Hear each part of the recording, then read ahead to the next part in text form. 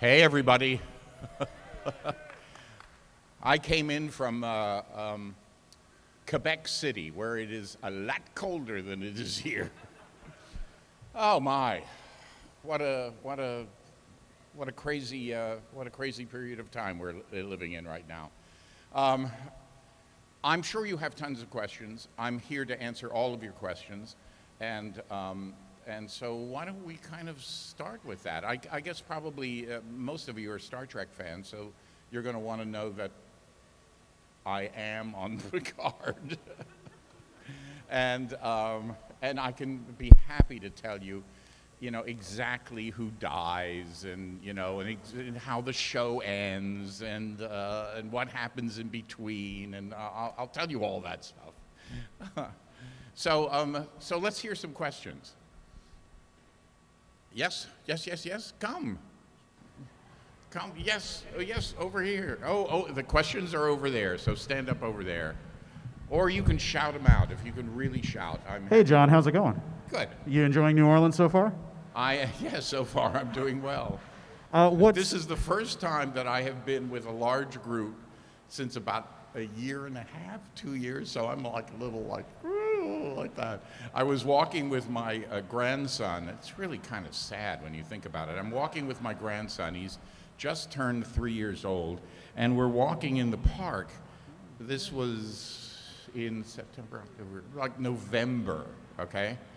And as we're walking, people are coming, down the path, and he would go, people, and it's sad. It's sad. Yes, go ahead. One of the things that I remember talking to you about the last time I saw you at a convention was whether you would ever take on the role of Q again, and now that you are, how did it feel getting back into those? I don't know. I get dance shoes. Into those tights. Into those tights. Yeah. That's the one thing when they asked me to talk to me, and I went over to Paramount to talk to them. The first thing they said, I'm sure you expected this call, and I said, well, not really, because it's been a number of years since anybody called me about this character. But he said, well, what do you think? And I said, well, my first question to you is, are you going to be putting me in tights? Because if you are, the deal's off. It really wasn't difficult to do again. It wasn't difficult to do the role again. My kids used to say to me, Dad, what you're doing on stage is no different than what you do at home, which is essentially, come on, let's go, clean up, let's move it, that type of stuff. So it really wasn't different. It's a different Q this time. I'm not kind of, it's not quite as much fun and laughs as it was. And you have to understand, it's a different Q, an older Q. Much time has passed. There are issues that are driving me, and so while behind it all is the mad, bad, dangerous to know, it's a more directed, more focused representation. Also, it's written by people who are, it's different writers. And the thing is, as an actor, when you look at the material, you have to understand that the material has its own vibration. And if you go against that material, you're not serving the material. They didn't hire you to play something that they didn't write. They're hiring you to play something that they did write. So it's a different cue. To that extent, without telling you too much more, it's he's more mature. Well, I don't want to be selfish, but we also got another mic over there. But if one of the episodes that you've done in Picard happens to have been directed by Jonathan Frakes, have you had an opportunity to work with him as a director on the new show? Yes. One of the episodes in which I did was with Jonathan. One or two, I can't remember. And with Brent, with Patrick, And then a few other characters that I won't tell you about. I'm a catalyst in this show. I'm a catalyst for things to happen. Yes, more questions.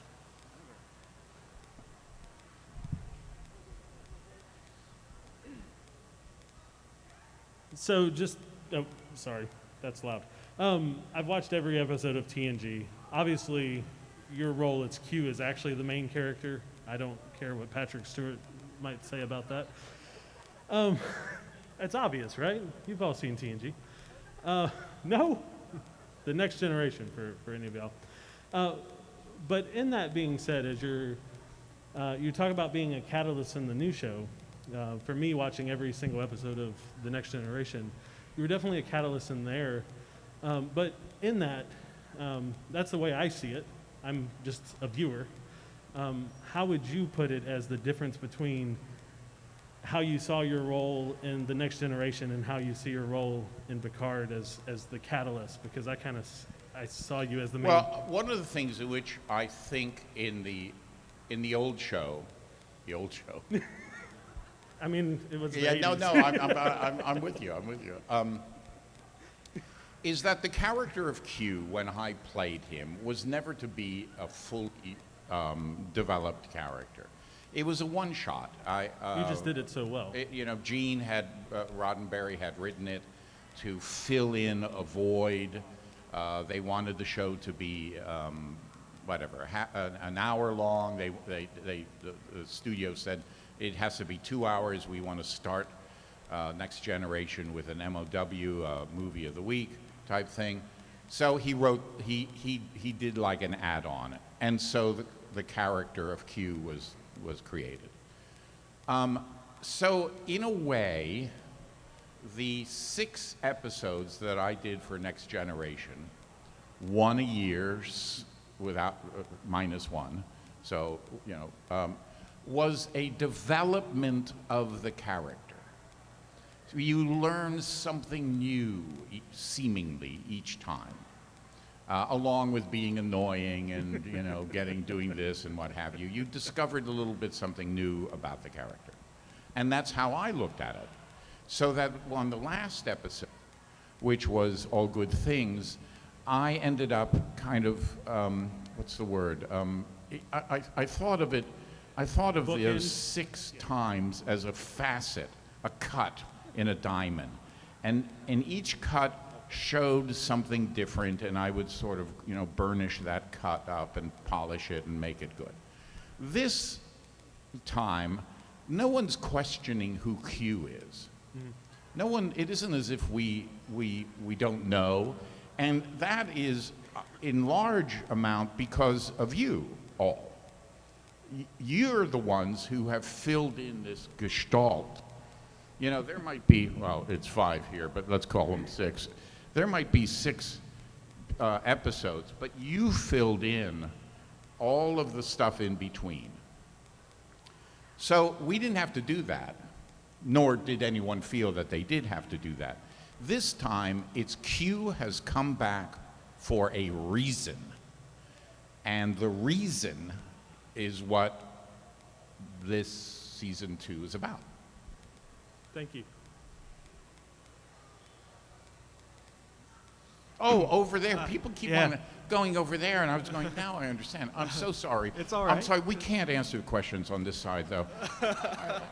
My neck hurts going in this direction. Yes, no, go ahead. What? Being told off by Q is now the coolest moment of my entire life, so thank you for that. So obviously, you're probably most known for your interactions with Picard, but personally, my favorite Q episodes actually come from Voyager. Thank you.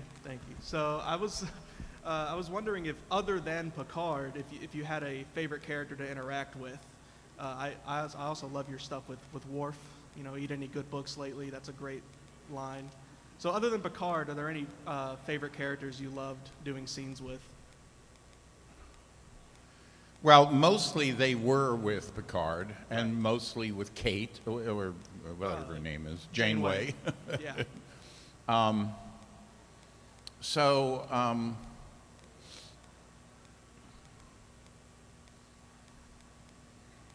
Okay, well, yeah, I mean, those were mostly, those were, you know, when I first watched Voyager, I really thought that the character of Johnny Phillips's character, Ethan Phillips's character, Neelix. I thought that that would be the breakout role. Yeah. And so I was looking forward to working with him, and I don't think we ever did.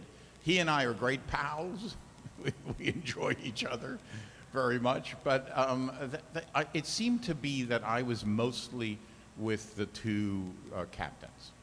Right. So, Picard, who do you think Q prefers, Picard or Janeway? Well, in that world, Yeah. the best scenes were probably written for Picard and I. Mhm. And I've explained this before, and they were really concerned that Kate might decide to play like, oh, she's kind of a little infatuated with Q. Yeah. And that I would play, I'm a little infatuated with you. And for some reason, they really resisted that. They really did not want that to happen. And so they kept on saying to her, because I would say to her when we were working, I would say, God, we have so many opportunities here. And she goes, they really want it to be really clear that I totally find you, repulsive. I just don't trust you. I don't want to, there's nothing of a romantic nature whatsoever. I went, well, that's fine, but the audience is going to want a little bit of that, and we can play with that. We can do something with it. A conversation that gets closer and closer and closer, and then all of a sudden turns away. But the producers seem to be really concerned about that. And so that took like a lot of color off of our palette. Where with Picard, with Patrick, it was just the regular kind of, 2A types, who's on top, who's going to win, that type of stuff. But there's more opportunities in there as opposed to with Kate, where there should have been a lot of opportunities. I gotcha. Thank you. Yeah. Okay, yes. Good afternoon. First of all, I'd like to thank you for being here and joining us here at FAN EXPO. It's been years since we've really had a full contingent of people come down here and participate in this kind of forum, and we're just glad you're here and very appreciative. Well, thank you. I'm glad to be here. Now, one thing I would ask is if you have any of those Q powers, there's a couple of NFL football games tomorrow. If I had to what? If you have any of those Q powers left on you, there's a couple of NFL football games tomorrow that concern us, Yes. so saying Right, so, right. But anyway, the question I have here is not a Star Trek question, but about your being an actor. First of all, of all the different parts you played in your career, which one do you find the most challenging? And also, of all the times you've auditioned, what role did you really want that you would really want to go back and revisit and play? Well, I feel like I should lie down now.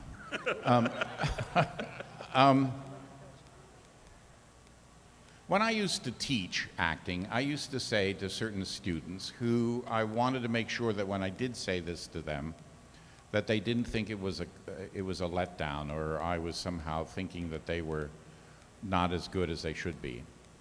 I would explain to them that there was a world of difference between working in the community theater and working in the professional theater.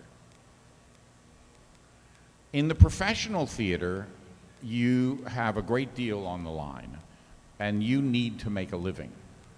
And you will take almost any job that you get as you get started. And it's really important that you stay in the game. In the community theater, it's so much easier in a way. And guess what? You still are able to play some of the great roles. And one of the things was is that I remember one year, I said to my wife, I said, isn't this amazing? Remember so-and-so and so-and-so and so-and-so? Yeah, I said, been getting little cards from them and what have you. They've acted more this year in big shows than I have, but they were in the community theater. There are, and the reason I'm saying this is that sometimes you can do really a terrific job in the professional theater and not get the role. Actually, more often than not, that's how certainly films work. It's not the best person who gets necessarily who gets the role. You know, again, I'm using old characters, but people who didn't understand how it works in our business. I said, look, you have you, who plays Hamlet fantastically. And somebody's going to put money into this production. They can have you, they can have you play Hamlet, or they can have, Schwarzenegger play Hamlet. The money will go to Schwarzenegger. You who deserve it, could play the hell out of it, will never get to play it in this production because Schwarzenegger people are going to go and want to see him play Hamlet, as silly as that might sound.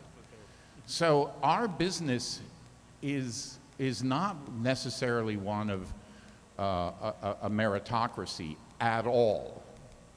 It's being known. It's being sometimes the right place at the right time. You've heard those endless stories in the 40s, and so-and-so was at Schwab's,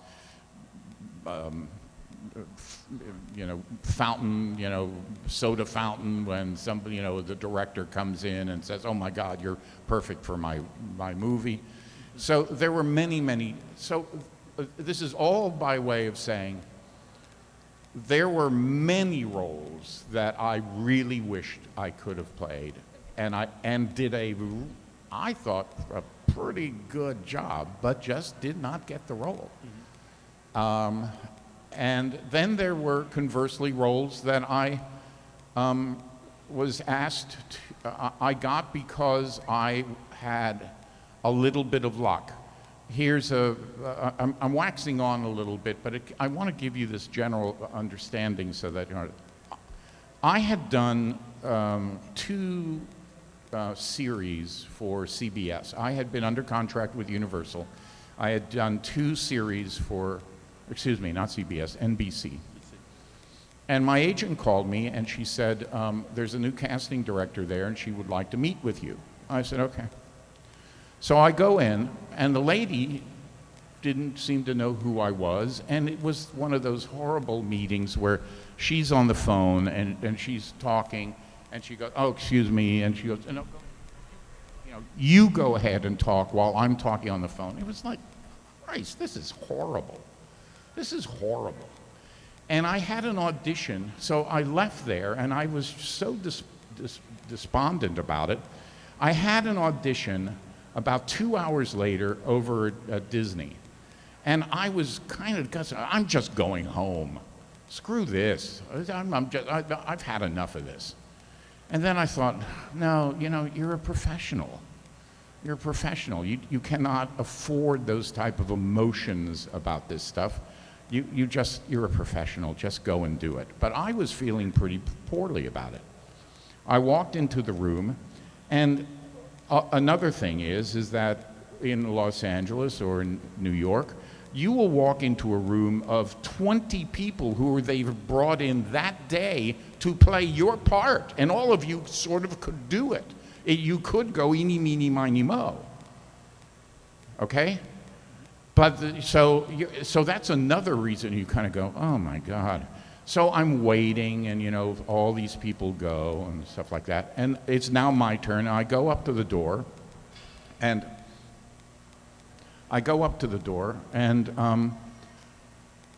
the casting director says, John, would you wait a few minutes? And I thought, oh God, well, this is my day.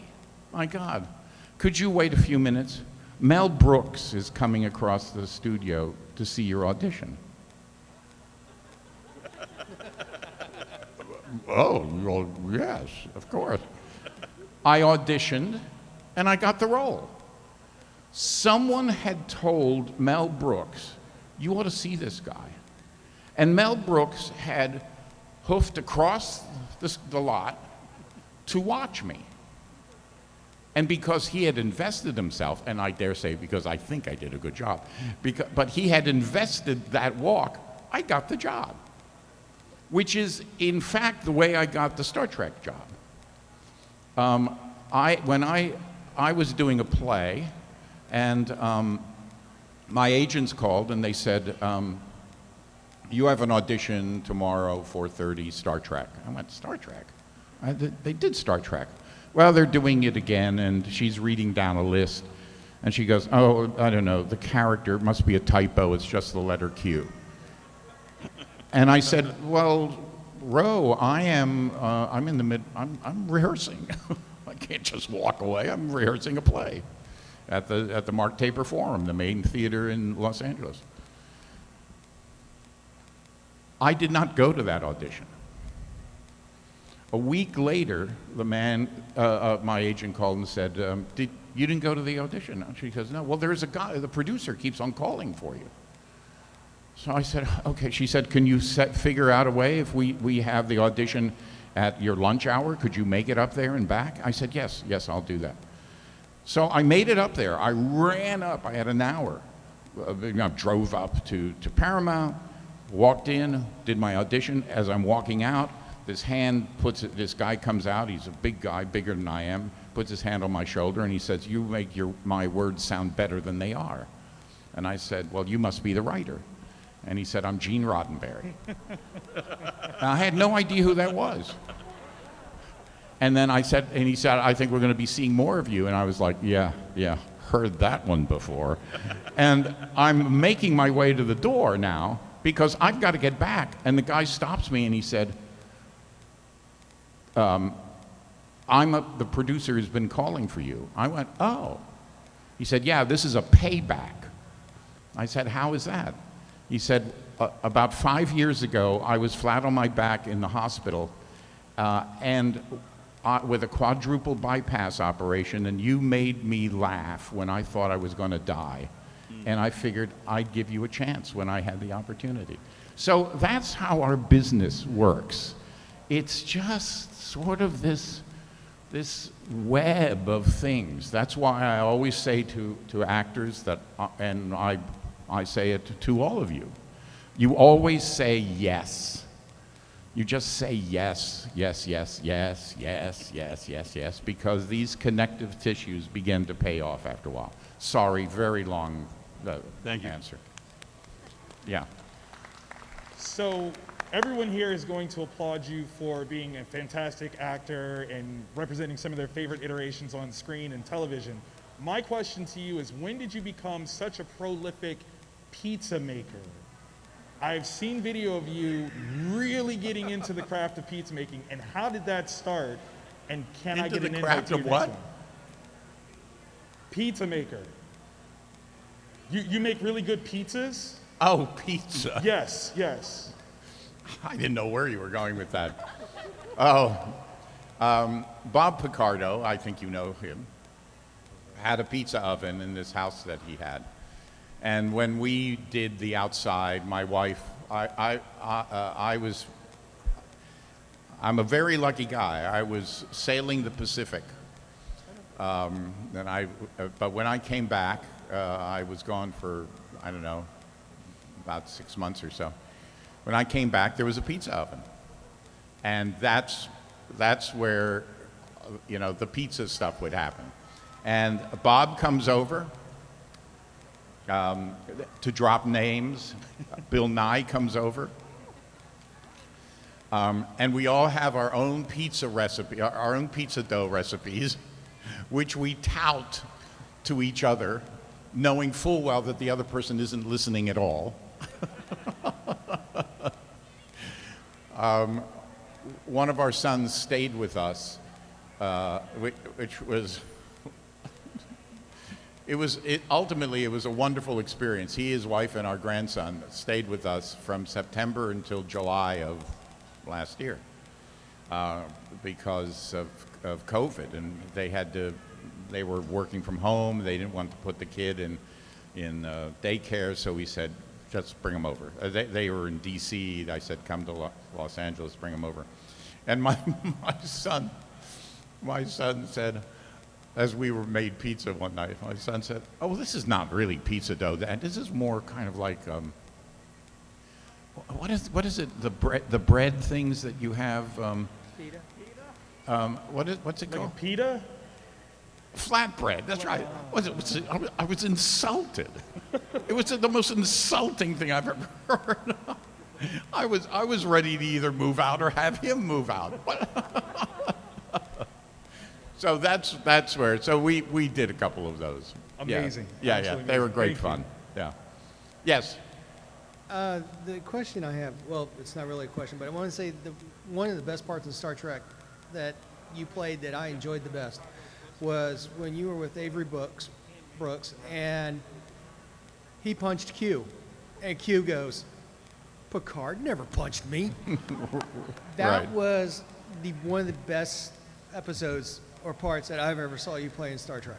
First of all, okay. Second, I'm going to go back in time here. Battlestar Galactica. I was watching an episode. I heard your voice. I was like, wait a minute. No, that couldn't have been. No. And then I went back and watched it again. And I had to even go into IMB and look up. Right. And there you were. I was like, oh my God, you're not going to believe this. I showed it to my wife. She didn't believe it. But the question I have is, when you were in that episode, When I was in that what? when that episode, and in Battlestar Galactica, because that's what got me into fandom, or that's what really got me into sci-fi.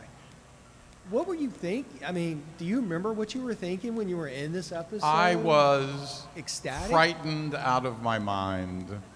I'm very dyslexic, so it's Welcome to the very family. difficult for me to learn lines. And I was under contract. And the night before, they said, we have a job for you, it's tomorrow morning. And they sent this speech.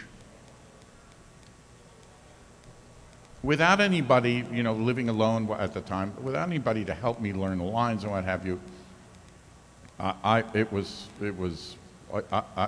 difficult. I'm driven out. I have no idea what I'm getting myself into. I am driven out to kind of canyon country.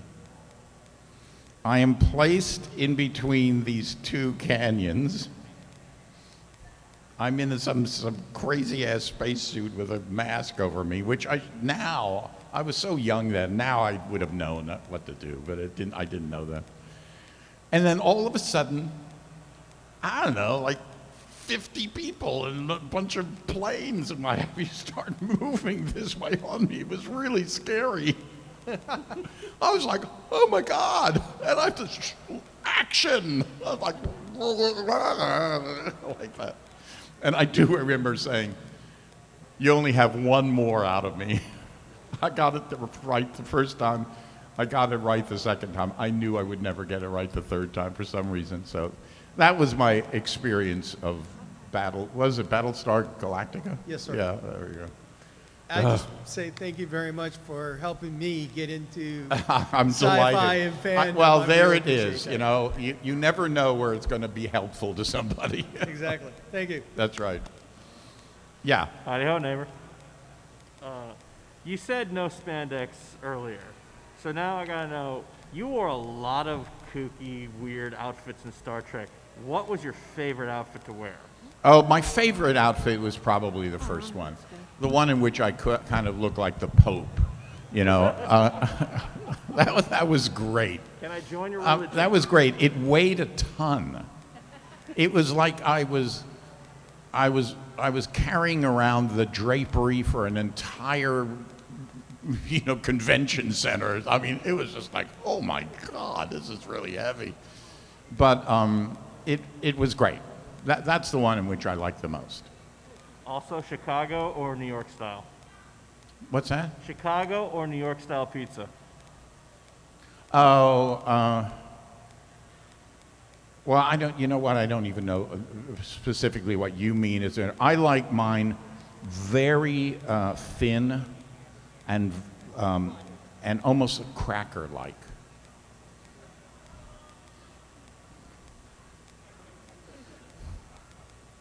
When Bob Picardo comes, you should ask him. I can give him a call and we can find out. He'll give it to you.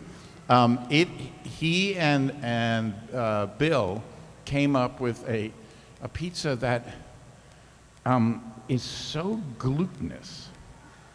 But I don't like things that are just white flour or, So mine, I'm willing to try all sorts of different things. I'm willing to try it with spelt. I'm willing to put in, I like mine a little more grainy and still very thin. So I don't know, we should all sit down and have a drink about this. Yes. Ooh, that is loud. First, I just wanted to let you know, just because I can, you were the reason I watched Star Trek. The first, when I saw Q, I was in. I was all in. So, you're what kept me watching. My question is probably a little bit odd, maybe, I don't know. Do you know about people role-playing on Twitter characters from series and shows? First of all, do you know about that? Do I know about people role-playing? Role-playing characters from show, like people role-playing Doctor Who characters, people role-playing... Yeah. On Twitter? On Twitter, yes. Oh. In fact, I role-play. I role-play the Master from Doctor Who. I role-play... Oh, nice. I started Cool. role-playing Venom. At Yeah. one point, I was role-playing Q.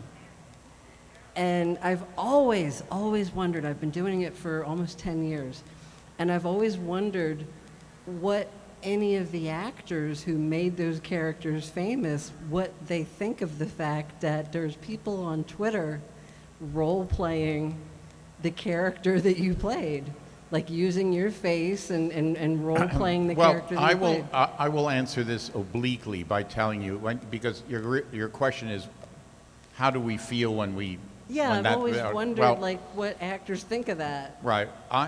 I'm answering this obliquely now, okay? My wife and I and the kids, when they were young, were rushing. We live on the side of a hill, and you have to go up the stairs to where the cars are. And we are late, and we're rushing up. And all of a sudden, one of them breaks away, and he goes, "Oh, I forgot." And he starts running back down the stairs, which of course means we're going to be even later. Where are you going? Wait, where are you going? I forgot Dad. And I turned to my wife and I went, "What?" She goes, "Your action figure." Yeah, that'd be... So, Okay. I've been there. It's very strange. I mean, it's strange to have an action figure. It's strange that people, I mean, it's strange to have an action figure, which I brought up, but it's perhaps kind of gratifying in a way when you say to me that this is a character that has so pleased people that they are now actually playing the character themselves. I got compliments. I had people telling me, "Oh, you're role so playing that's them the reason. great." Yeah, I'll give you my agent's name. Oh, righto. Like I said, I was just always curious. I've never had a chance to ask an actor, "Well, what do you think?" Like, You the know, action it's sort of figures, it's a little for 3,000, 4,000, whatever it is years. Our profession has always been about, as Jean-Paul Sartre said, we are the great existentialists, and that is that it comes out of our mouth and it's immediately gone. It's just gone. If you did not see the performance last night on stage, you missed it forever. Well, now it's just the opposite. So it is very strange. There's a strangeness about it, that we can perform things and that they live sort of forever. They take on a life of And their own. also, I go back to what I said before. You know, I hit 1, 2, 3, 4, 5. You are the guys that fill this in. As I kept on saying to the writers on Picard, I said, you know, I know you're asking me about Q, but the people who really know Q is the audience. They're the ones who really know the character. So, okay, yes. Thank you. Hi, my name's Kendall, big fan, especially of Next Generation and Voyager Q. I was just wondering if there's any point where you felt that your role as Q presented a specifically like inspirational aspect, either to yourself or society, like depicting some role that was somewhat different than societal norms, or something that you felt was really impactful. I almost got all of it, but I lost a couple of verbs in there. Yes. Just say it again, but more into the mic.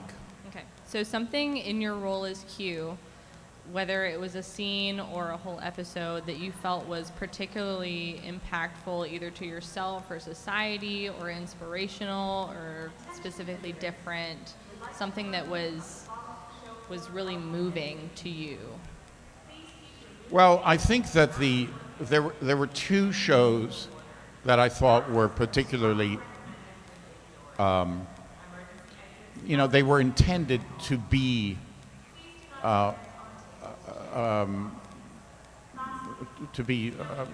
inspirational. Maybe it's going too far, but they intended to be really about something.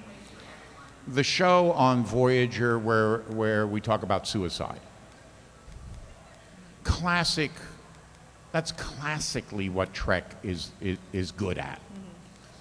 Also, the show where I give Picard an opportunity to live his life again. That is classic. That's what Star Trek does best.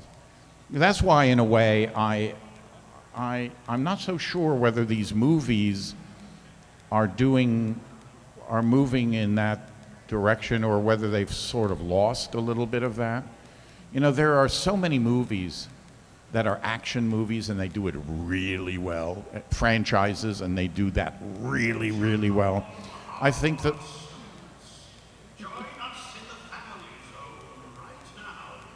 Find out if you are to be sorted into Hufflepuff, Gryffindor, Ravenclaw, So those are the two shows that I think had an impact. I mean, also, interestingly enough, the impact that I could have afterwards talking to people has some impact, but that's by virtue of, these conversations and talking.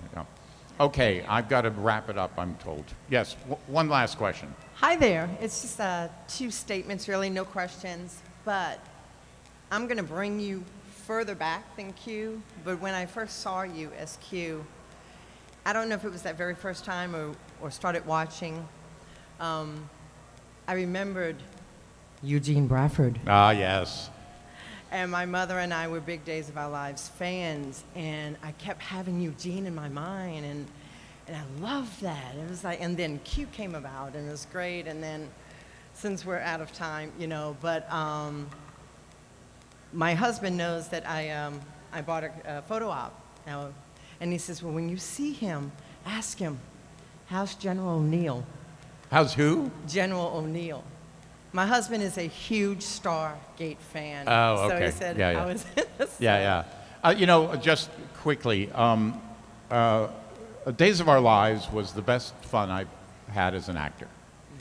Now, part of it is because it was at a period of time when soaps were at their height, and you got to actually rehearse the play, rehearse the show. I was very, very fortunate in that I got hired on this soap opera. I had never intended to be on a soap opera. I had never even watched a soap opera. And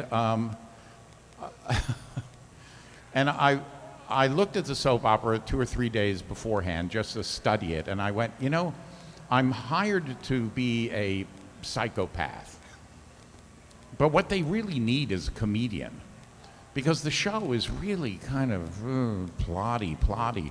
So I played this, and I knew I was going to be hired for 5 days, and I figured, well, what's the worst that could happen? They fire me. So my first episode, I'm going like this through the woods, you know, tracking Marlena. I'm going to stab her, or I'm going to kidnap her, or what have you. And all of a sudden, they didn't know this was going to happen. I slip out of frame, and then I jump up, and I'm cleaning my foot off on the bench that's there because I've slipped on some dog poop. That was the beginning. And I was really lucky that Al Rabin, who was this little Jewish Chicago cut-up, who was the producer, who all he would say to me, he ran out on the last day, and he said, I was going to the car to bye-bye. And he said, you're coming back. And I go, how's that? I'm a kidnapping pedophile slasher. And he says, oh, who cares? It's a soap opera.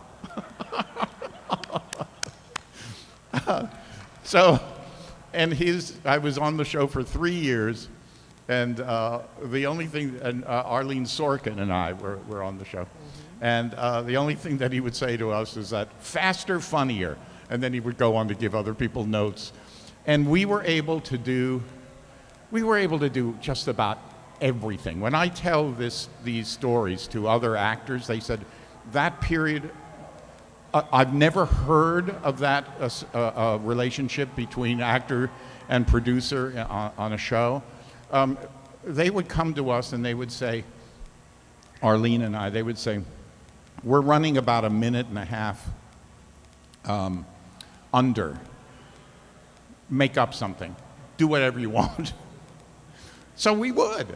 We laughed and laughed and laughed. We just had a great time. They asked me to go back to that show a couple of times, and I said, you know what? The problem is you can never go back. Those days are over. It would be unseemly for me at my age to be playing it that way. I don't know if I could even, and Arlene is not going to do it. And I said, it's just not a problem. But that was great fun. And as I said, it got me the job with Star Trek. Thanks a lot, guys.